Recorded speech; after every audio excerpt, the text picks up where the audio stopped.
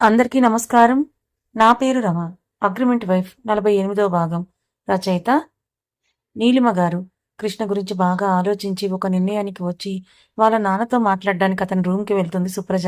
ఏదో చెప్పాలని వచ్చి చెప్పకుండా అలా నాంచుతున్నావేంటని అడుగుతారు కృష్ణమూర్తి గారు. అతని ఎదురుగా కూర్చొని చెప్పాలా వద్దా అని ఆలోచిస్తూ చేతులు నలుపుకుంటూ ఉన్న సుప్రజ వైపే చూస్తూ ఇప్పటి వరకు నేను మీతో ప్రవర్తించిన తీరుకి ముందుగా నేను మనస్ఫూర్తిగా క్షమాపణలు చెప్పుకుంటున్నాను నాన్న.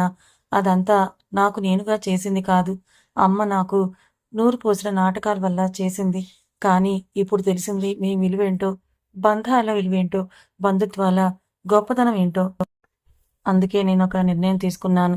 అమ్మేమో అక్కని, బావని విడదీసి నన్ను బావకిచ్చి పెళ్లి చేయాలని ఏవేవో ప్లాన్లు వేసి ఆ ఇంటికి మహారాణిని చేయాలని చూస్తోంది. కానీ నాకు అలా జరగడం ఇష్టం లేదు. ఇప్పటివరకు మూసుకుపోయిన నా కళ్ళు తెరుచుకున్నాయి. అందుకే అక్క జీవితం నాశనం అవ్వకుండా ఉండాలంటే ముందుగా నాకు పెళ్ళైపోవాలి. అలా అయితేనే అమ్మ ఆలోచన తీరు మారుతుంది కాబట్టి మీరేం అనుకోనంటే నేనొక విషయం చెప్తానని అంటుంది.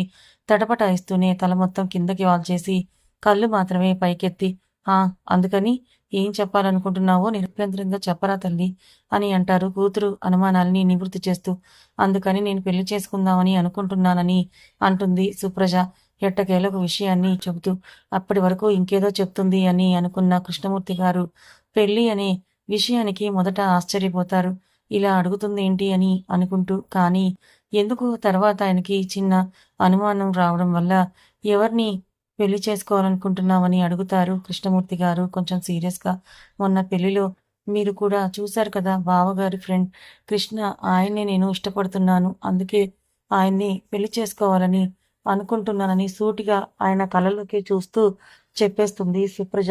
నేను ఒక ప్రశ్న అడుగుతాను నిర్మొహమాటంగా సమాధానం చెప్పు అని అంటారు కృష్ణమూర్తి గారు. ఏంటో అని అనుమానంగా చూస్తున్న సుప్రజ వైపే చూస్తూ ఇప్పుడు నాన్నగా గౌరవం ఇచ్చి పెళ్లి చేసుకోవాలా? వద్దా అని అడుగుతున్నావా? లేకపోతే నేను ఆల్రెడీ పెళ్లి చేసుకోవాలని నిర్ణయించుకున్నానని నీ నిర్ణయం చెప్పడానికే నా దగ్గరికి వచ్చావా? అని అంటూ అడుగుతారు సూటిగా.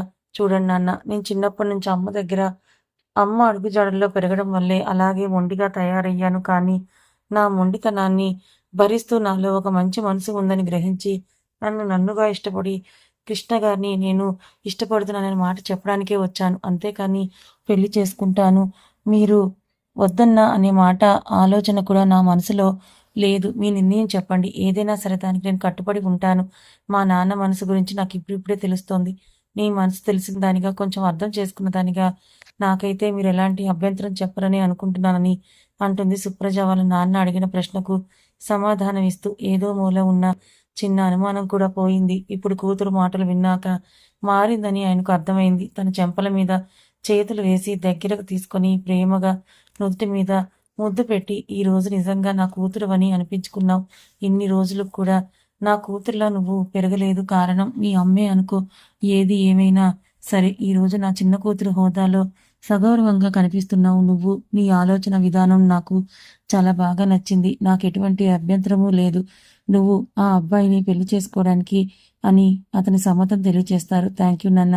Thank you so much. నిజంగా మీకు ఎలాంటి అభ్యంతరం లేదు కదా అని మళ్ళీ రెట్టించి అడుగుతుంది అనుమానంగా చూస్తూ సుప్రజ. లేదురా, మొన్న పెళ్లిలో చూశాను కదా, మంచి అబ్బాయే, చక్కగా నలుగురితో తొందరగా కలిసిపోయే మనస్తత్వం అతనిది.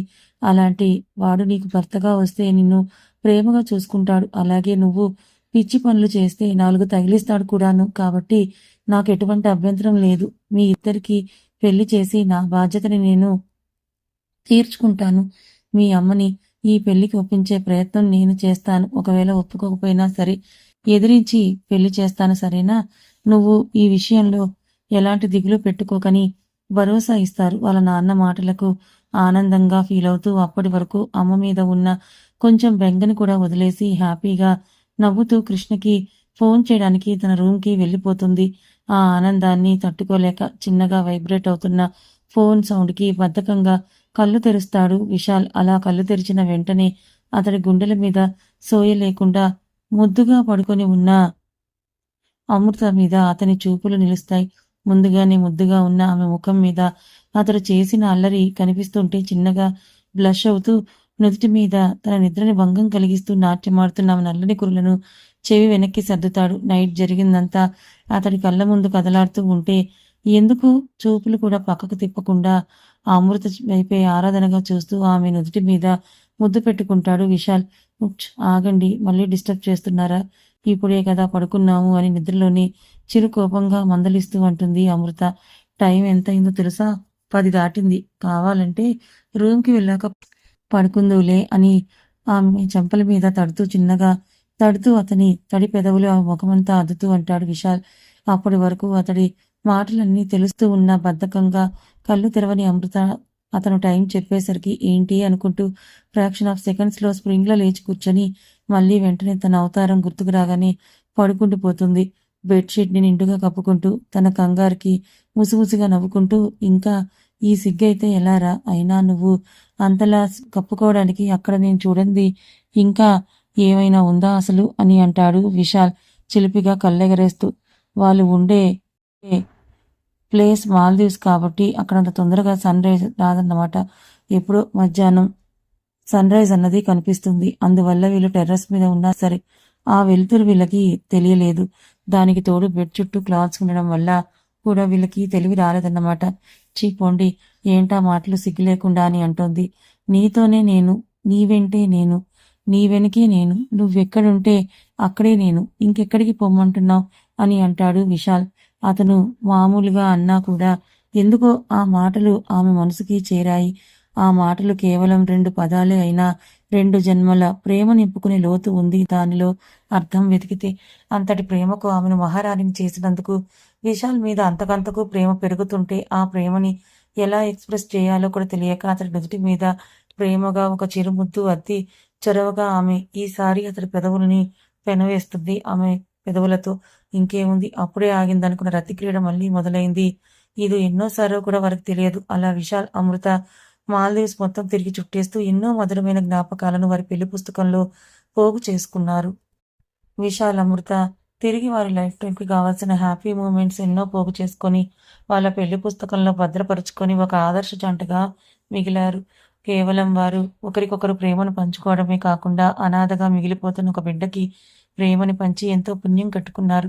వాళ్ళు చేస్తున్న మంచి పనులు వారికి వారి జీవితానికి ఎల్లప్పుడూ రక్షణగా ఉంటాయి. ఎటువంటి అరమరికలు లేని భార్యాభర్తల బంధం నిలిచేలా చేస్తాడా భగవంతుడు. కృష్ణ గారు ఓకే చెప్పేసరికి పట్టరాని సంతోషంతో తన లైన్ క్లియర్ అయిందన్న ఆనందంతో బిక్కిరి బిక్కిరవుతూ రూమ్లో డాన్స్ చేస్తున్న సుప్రజని కాంతం చూసేసింది. ఏం చేశావని నువ్వు ఇంతలా సంబరపడిపోతున్నావు అని గొంతు పెంచి అడిగిన ఆవిడ మాటలకు సూటిగా చూస్తూ నాకు నచ్చిన వ్యక్తితో జీవితం పంచుకోబోతున్నాను, అందుకే ఇంత ఆనందంగా ఉన్నానని అంటుంది. ఏంటి, నీకు నచ్చిన వ్యక్తా? ఎవరతను అని కనుబొమ్మలు ముడివేసి మరీ అడుగుతున్న ఆవిడ మాటలకి ఈ రోజు ఏదో ఒకటి తెలిపోవాలని డిసైడ్ అయ్యి, అవును, మొన్న పెళ్లిలో చూసావు కదా కృష్ణ, అతనంటే నాకు ఇష్టము, అతన్నే నేను పెళ్లి చేసుకోవాలనుకుంటానని అంటుంది సుప్రజ సూటిగా. ఏంటి, ఎందుకు ఇలా తయారయ్యావు? ఇంతకు ముందర నేను చెప్పిన మాటను కాదనకుండా పాటించే నువ్వు ఇప్పుడు నాకే ఎదురు చెప్పేంత ఎదిగిపోయావు. పోనీలే, ఏదో అయిపోయింది కానీ అతనికి డబ్బు పలుకుడి హోదా ఉందా ఏంటి అని అడుగుతుంది. ఏమో తెలియదు, నేను ఆయన స్టేటస్ని చూసి లవ్ చేయలేదు, ఆయన మనసును చూసి లవ్ చేశానని అంటుంది. ఏంటి మనసా? ఎందుకే ఆ బోడి మనసు? మనసుంటే జల్సాలు తిరగడానికి అవ్వదు, డబ్బుంటేనే మనం ఏమైనా చేయగలం. అయినా నేను నిన్ను చిన్నప్పటి నుంచి ప్రతి విషయంలోనూ అమృత కన్నా నిన్నే ఎక్కువ గారాబంగా పెంచి దానికన్నా నిన్ను ఒక మెట్టు పైన ఉండేలా చేశాను. అలాంటిది ఇప్పుడు కూడా దానికి దక్కిన అదృష్టం చూస్తుంటే నాకు కుళ్ళు వచ్చినా కూడా నీకు అంతకన్నా ఎక్కువ అదృష్టం దొరకాలి. నువ్వు దానికన్నా ఎక్కువ డబ్బున్న వాడికి పెళ్ళాంగా వెళ్ళాలని నేను ఆలోచిస్తుంటే నువ్వు స్టేటస్, డబ్బు ఇవన్నీ చూడకుండా మనసు, ప్రేమ అంటూ తిరిగితే నువ్వు చెడిపోవడమే కాదు నా పరువు ఏమైపోతుందని ఆవేశంగా అడుగుతుంది కాంతం. చూడమ్మా, ఇప్పటి వరకు నువ్వేం చెప్పినా చేశాను. అలా చేయడమే పెద్ద తప్పని ఈ మధ్య తెలుసుకున్నాను. ఇక నుంచి ఆ తప్పు చేయను. అయినా నాన్నగారు నా పెళ్లికి ఒప్పుకున్నారు కాబట్టి నువ్వు ఒప్పుకున్నా ఒప్పుకోకపోయినా నాకు సంబంధం లేదని చెప్పి ముఖం మీద డోర్ వేసేసుకొని లోపలికి వెళ్ళిపోతుంది విసుగ్గా. దీనికి బాగా తలపొగరు ఎక్కువైపోయింది. ఆ మధునిష్టపతి దీన్ని బుట్టలో వేసుకున్నట్టుందని పళ్ళు నూరుతూ కసిగా అంటున్న ఆవిడ చెంప మీద సురుక్కుమని నొప్పు తగిలేసరికి అబ్బా అని చెంప రుద్దుకుంటూ పక్కకు తిరిగి చూస్తుంది కాంతం. అక్కడ నిప్పులు చెరిగే కళ్ళతో రౌద్రంగా చూస్తున్న కృష్ణమూర్తి గారు కనిపించగానే ఒక్క నిమిషం భయపడిన దాన్ని కప్పిపుచ్చుతూ ఏంటి అలా చూస్తున్నారని అడుగుతుంది నెమ్మదిగా. నువ్వు ఎలా నించొని ఆలోచిస్తుంటే ఇంటి పని, వంట పని ఎవరు చేస్తారు? ముందు వెళ్ళి అవన్నీ చెయ్యి, అప్పుడు తీరిగ్గా ఆలోచిద్దువు గాని అని అంటారు. ఏంటి నేను చెయ్యాలా? నేనేమైనా మీ పని మనిషినా అని అడుగుతున్నా ఆవిడ మాటలో గ్యాప్ లేకుండా మరో 4 చెంపదెబ్బలు అటు ఇటు వాయించేసి, ఇక నుంచి నువ్వు నేను చెప్పినట్టు వినాలి. అలాగే ఇక్కడే కాదు, ఈ రాత్రి దాటితే రేపటి నుంచి అమృత వాళ్ళ ఇంట్లో కూడా నువ్వే పని చేయాలి. విశాల్ బాబు గారు హాస్పిటల్‌కి అయ్యే ఖర్చులకి డబ్బులిచ్చారు కదా! అప్పుడు వాటికి వడ్డీ కట్టాలంటే నువ్వు వాళ్ళ ఇంట్లో పని చేసి రావాలి. అప్పుడైనా మనం కొంచెం అప్పు తీర్చిన వాళ్ళమవుతాం. ఎలాగో నా కూతురిని సంపూర్ణ భార్యగా ఒప్పుకున్నారు కాబట్టి, ఇప్పుడు ఒప్పందం అనే మాట లేదు కదా! అందువల్ల డబ్బుల బాధ్యత మనదే. అందుకే రేపటి నుంచి ఇక్కడ పని మొత్తం చేసి, అక్కడ అన్ని పనులు చూసుకొని మళ్ళీ ఇంటికి రావాలి. జాగ్రత్త. ఏది చేయకపోయినా ఇప్పుడు వాయించినట్లే రోజు వాయించి పెడతాను గుర్తుపెట్టుకో అని సీరియస్‌గా చెప్పి అక్కడి నుంచి వెళ్ళిపోతారు. షాక్‌తో కళ్ళు, నోరు వదిలేసి వెళ్తున్న ఆయన వైపే చూస్తూ ఉండిపోయింది. అలా చూస్తున్న క్రమంలో తన కళ్ళ ముందు ఆమె ఫ్యూచర్ కనిపిస్తుంటే గుండెల్లో బాధ, ఒంట్లో వణుకు ఒకేసారి మొదలయ్యాయి. పాపం ఇప్పటి వరకు ఎన్నో నాటకాలాడింది కానీ, ఇక నుంచి తన జీవితం అందరూ ఉన్న అనాథలా మారబోతోందన్న సంగతి ఇప్పుడిప్పుడే అర్థమవుతుంది. 2 సంవత్సరాల తర్వాత టీవీలో స్క్రోల్ అవుతున్న న్యూస్‌ని వింతగా చూస్తూ మెస్మరైజ్ అయిపోతారు ఫ్యామిలీ మెంబర్స్ అందరూ కూడా. ఒరేయ్! మనవడా అర్జెంటుగా అందరూ హాల్లోకి రండి అనంటూ హడావిడి పెడితే ఏదైనా విశేషమో లేకపోతే ముఖ్యమైన విషయమో చెప్తామని మేము అనుకున్నాం కానీ, అటువంటిది అస్సలు ఊహించలేదని అంటారు పద్మావతి గారు. టీవీ వైపే ఆశ్చర్యంగా, అద్భుతంగా చూస్తూ. అవును పద్దు, నేను అలాగే అనుకున్నాను కానీ, ఇవన్నీ మనకు తెలియకుండా వీడు బాగానే సైలెంట్‌గా చేసేసాడని చిరుకోపంగా అంటారు గోపాల్ గారు. నీ వరకు ఓకే. కనీసం కూతురులా చూసుకుంటున్నందుకు నాకైనా చెప్పలేదు నా కొడుకు. కేవలం తన భార్య హక్కు. వాడిదన్నట్టుగా ప్రవర్తిస్తున్నాడు. ముందే మనకు చెప్తే ఎంతగా సంతోషిస్తాం ఈ విషయంలో. మీ మనవడు చాలా పెద్ద తప్పే చేశాడని సీరియస్‌గా అంటారు భాస్కర్ గారు. ఇందులో మీ అందరూ ఇంత ఆలోచించడానికి ఏముంది? అసలు తన బాధ్యత నాది. అందుకే తనకే ఒక గోల్ ఉండాలని, తనకంటూ సమాజంలో ఒక గుర్తింపు ఉండాలని కేవలం విశాల్ భర్తగా, ఈ ఇంటికి కోడలుగా మాత్రమే కాకుండా మిసెస్ అమృత పక్కన తన టాలెంట్ ఏదో ఒకటి ఉండాలని నేను నిర్ణయించుకున్నాను కాబట్టి డెసిషన్ తీసుకున్నాను. ఇప్పుడు చెప్తే సంతోషిస్తారు కానీ ఇప్పుడు చెప్తే ఆశ్చర్యపోతారు. అందుకే చెప్పకుండా దాచిన. ఇక నుంచి మిసెస్ అమృత విశాల్ మాత్రమే కాదు, మిసెస్ అమృత విశాల్ మోస్ట్ టాలెంటెడ్ సింగర్‌గా తనకంటూ గుర్తింపు తెచ్చుకుందని గర్వంగా పక్కనే ఉన్న అమృత భుజం చుట్టూ చేయి వేసి అంటాడు విశాల్. ఆ మాటకి అక్కడ ఉన్న అందరి పెదవులపై చిరునవ్వుతో అమృత వైపే గర్వంగా చూస్తూ, అంటే సింగర్ కాంపిటీషన్‌లో జాయిన్ చేసి మాకు తెలియకుండా ట్రిప్ అని చెప్పి తీసుకెళ్ళి అటెండ్ చేయించావన్నమాట అని అడుగుతారు పార్వతి గారు. అవునమ్మా. తనకి సింగింగ్ అంటే చాలా ఇష్టం. అంతేకాదు ప్రొఫెషనల్ సింగర్‌కి ఏమాత్రం తీసిపోకుండా పర్ఫెక్ట్‌గా స్వరాలు, రాగాలు ఏవో అంటారు కదా! అవన్నీ పాడేస్తుంది. అందుకే నేషనల్ లెవెల్‌లో నిర్వహించిన సింగింగ్ కాంపిటీషన్‌లో నేనే ఫార్మ్ ఫిల్ చేసి తనకే తెలియకుండా తీసుకెళ్ళాను. ఫస్ట్‌లో నో చెప్పింది. స్టేజ్ మీద పెర్ఫార్మెన్స్ ఇవ్వలేనని. కానీ ఏదోలా ఒప్పించి పంపించాను. చూసారా? మీరు కూడా తను ఎంత బాగా పాడిందో. నా నమ్మకాన్ని వమ్ము చేయలేదు. మీ కోడలు నేను అనుకున్నట్లుగానే టాప్ ప్లేస్‌లో తను విన్ అయిందని అంటాడు విశాల్. సరిగ్గా అప్పుడే అమ్మగారు కాఫీ తీసుకుని అక్కడికొస్తూ కాఫీ ట్రే పట్టుకొనొస్తుంది కాంతం. చెదిరిన జుట్టు, నుదుటన పట్టిన చెమట, ముఖం మీద అలసట, బయట కొంగు దగ్గర చిన్నగా చెరిగిన చీర. ఫైనల్లీ చూడ్డానికి పక్కా ప్రొఫెషనల్ పని మనిషిలా కనిపిస్తుంది. తనని అలా చూసిన విశాల్ పెదవులపై ఒక సాటిస్ఫాక్షన్ స్మైల్ వచ్చి చేరుతుంది. తన ఇంట్లోనే యువరాణిలా బతకాల్సిన నా అమ్ముని పని మనిషిని చేసి ఎన్నో కష్టాలు పెట్టావు కదా! వాటికి ఫలితం నువ్వు ఈ రోజు అనుభవించక తప్పదు. ఇప్పుడు నాకు చాలా మనశ్శాంతిగా ఉంది. నీ ముందు మహారాణిలా నా భార్య ఉంటే తన ముందు దాసీలా నువ్వున్నావు. ఇది విశాల్ ఆడిన ఆటలో గెలుపు అంటే అని మనసులో అనుకుంటూ అమృత వైపే ప్రేమ నిండిన కళ్ళతో చూస్తాడు. వావ్ వదిన, కంగ్రాట్స్ అని గట్టిగా అరుస్తూ వచ్చి అమృతని ఆనందంగా చుట్టేస్తుంది ఐసు. థ్యాంక్ యూ అని చిన్నగా నవ్వుతూ అంటుంది అమృత. ఏంటా హడావుడి? అసలుకే నువ్వు ఒట్టి మనిషి కూడా కాదు. అలా పరిగెట్టి రావచ్చా? పెళ్లి జరిగి త్వరలో పిల్లకి జన్మనివ్వబోతున్నావు. అయినా కూడా నీ చిన్నపిల్లల చేష్టలు పోలేదని చిరుకోపంగా అంటారు పద్మావతి గారు. అలా అడగండి అమ్మమ్మగారు. నేనెంత చెప్పినా వినడం లేదు. రోజు చిన్నపిల్లల కన్నా దారుణంగా చేస్తోంది. ఐస్ క్రీమ్ కావాలి, బిర్యానీ కావాలని ఏదో ఒకటి చెప్పి నన్ను సతాయించి చంపుతోంది. కొంచెం మీ మనవరాలికి గడ్డి పెట్టండి. మొగుడి మాట వినాలని అంటూ కార్ పార్క్ చేసి లోపలికొస్తాడు చేతు. హలో హలో, మీరు నా మీద ఎన్ని కంప్లైంట్స్ ఇచ్చినా ఇక్కడ నాకు అండగా మా అన్నయ్య ఉన్నారు అని మూతి తిప్పుతూ అంటుంది ఐసు. ఈ విషయంలో నన్ను అస్సలు ఇన్వాల్వ్ చేయొద్దు. మొగుడు పిల్లల మధ్యలోకి వెళ్ళకూడదని పురాణంలో ఎవరో చెప్పారంట. అది నిజమని నాకు ఇప్పుడిప్పుడే అర్థమవుతుంది. కాబట్టి మీరు చూసుకోండి సైడ్ అయిపోతాడు విశాల్. అన్నయ్య అని ఏడుపు మొహం పెట్టిన ఐసుని చూసి అందరూ నవ్వేస్తారు. చేతు వెళ్లి విశాల్ పక్కన కూర్చొని, ఆ రోజు మీరు నా దగ్గరికొచ్చి నా చెల్లిని నీకిస్తాను, పెళ్లి చేసుకుంటావా అన్న మాట అడిగినప్పుడు మీ ఉద్దేశం ఏంటో, నన్ను ఎందుకు సెలెక్ట్ చేసుకున్నారో నాకు తెలియదు కానీ అలా అడిగినందుకు ఈ రోజు నా లైఫ్‌లో చాలా సంతోషాలు నా కళ్ళ ముందు కనిపిస్తున్నాయి. మీ చెల్లి నా లైఫ్‌లోకి రావడం most memorable moment in my life. తను లేని ఊహ కూడా నేను అస్సలు ఊహించుకోలేను అని ప్రేమ నిండిన కళ్ళతో ఐసు వైపు చూస్తూ విశాల్‌తో అంటాడు. చిన్నప్పటి నుంచి ఇంట్లో సంఘటనలు బాధించినా, తన వాళ్ళే తనని వేధించినా, ఒక ఫ్రెండ్‌గా నువ్వు అమృతని ఆనందంగా ఉండేలా చూసుకున్నావు. అలాంటి నువ్వు నీ లైఫ్ పార్ట్నర్‌ని ఇంకా ఎంత హ్యాపీగా చూసుకుంటావో అని నాకనిపించింది. నీ కళ్ళల్లో నా చెల్లిపై కనిపించే ప్రేమ చూశాను.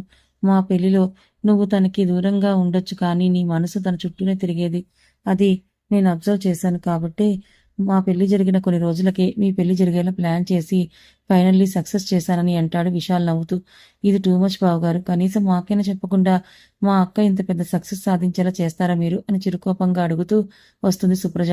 కంగ్రాట్స్ వదిన అని వెనకే వచ్చిన కృష్ణ అమృతకి షేక్ హ్యాండ్ ఇచ్చి చెప్తే కంగ్రాట్స్ అక్క సాధించావని టైట్ హగ్తో విషెస్ చెప్తుంది చిట్టి చెల్లి. అంతలోనే కృష్ణమూర్తి గారు కూడా కూతుర్ని గొప్పగా చూసుకోవడానికి రావడంతో ఆయన్ని సంతోషంగా హత్తుకుంటుంది. మా అమ్ము బంగారం వల్ల ఈ రోజు ఇంట్లో సందడి వాతావరణం నెలకొంది.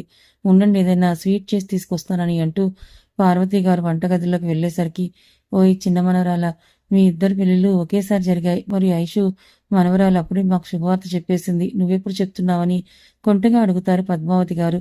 సుప్రజ చెవిలో గుసగుసగా ఒకే మండపం మీద పెళ్లి జరిగినంత మాత్రాన, ఒకే రోజు ఫస్ట్ నైట్ జరిపించినంత మాత్రాన వాళ్ళు మేము ఒకేలా రొమాన్స్ చేసుకోం కదా.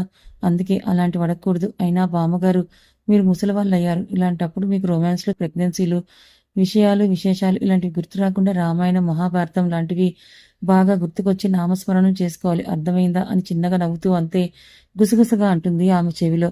కథ ఇంకా ఉంది. ఈ కథ మీకు ఎలా అనిపించింది? నచ్చిందా? నచ్చితే లైక్ చేయండి. మరికొంతమందికి షేర్ చేయండి. Thank you so much.